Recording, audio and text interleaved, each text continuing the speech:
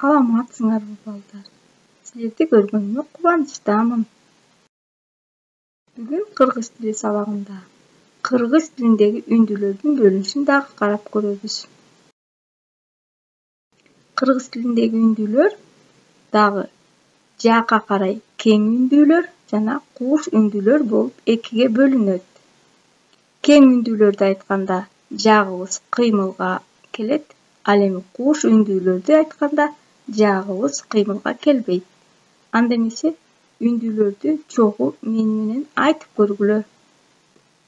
Кең үндүүлөргө А, Э, Е, О, Ö.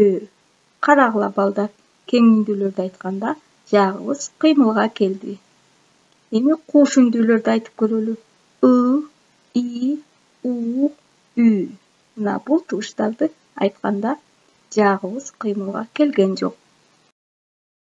Эми кең жана кууш үндүүлөр катышкан сөздөрдү карайлы. Кең үндүүлөр кууш үндүүлөрдү же болбосо кууш үндүүлөр кең үндүүлөрдү ээрчип жүрөт.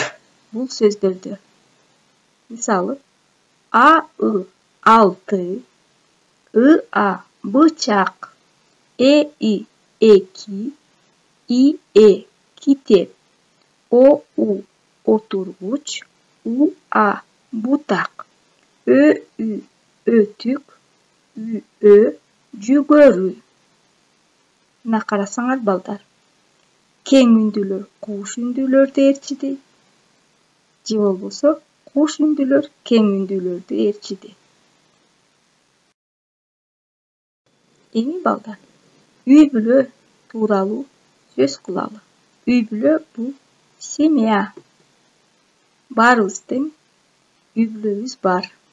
Анда эмесе үй бүлө мүчөлөрүнө кимдер кирет? Ата, апа. Бул биздин өзүбүздүн атабыз, апабыз. Ата папа, апа мама. Чоң ата, чоң апа ким? Это родители папы. Чоң ата, чоң апа. Тай ата, тай эне болсо, бул биздин апабыздын ата энеси, родители мамы. Небере бул внучка, внук. Карындаш, сестренка старшего брата. Бөбөк, младший брат или сестренка. Байке, эже, старший брат, старшая сестра. Сиңди, сестренка старшей сестры. Ини, младший брат. Мына биз дагы үй бүлө мүчөлөрү менен тааныштык. Саламатта калгыла балдар.